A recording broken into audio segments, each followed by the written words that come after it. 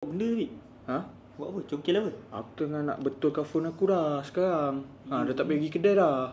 Sebab apa tau? Sebab aku tunjuk kat kau. Aku ada tool set macam ni.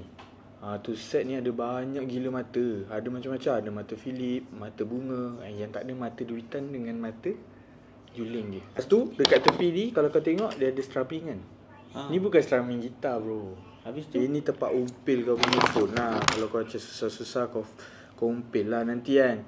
Lepas tu kau umpil tu, sebelum kau umpil dekat belakang ni kau tengok ni, dia ada tempat ni.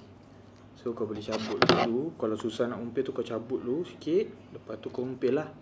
Kalau nak tukar bateri ke apa ikut kau lah kan. Lepas tu dia bagi juga berus. Berus ni bukan untuk berus bulu hidung kau. Berus ni adalah untuk berus abuk-abuk tu lah, supaya tak kena efek tak ada bakteria lah, macam tu lah kan. Lepas tu dia ada juga tempat ni. Ni nampak ni. Ni untuk kau kutip balik lah kau punya skru-skru tadi kan, supaya tak bersepah, supaya tak hilang. Dia ada macam-macam lagi kat dalam ni function dia. Tool set ni bukannya kau boleh guna untuk phone kau je. Kau boleh guna untuk macam-macam. Untuk kau betulkan barang elektronik ke kan, kipas kat rumah rosak ke, macam-macam lah. Tool set ni memang berguna untuk kau.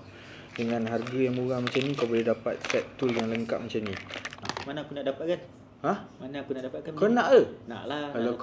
Kalau kau nak aku share link bawah ni lah. Benda pun bawah RM10 je.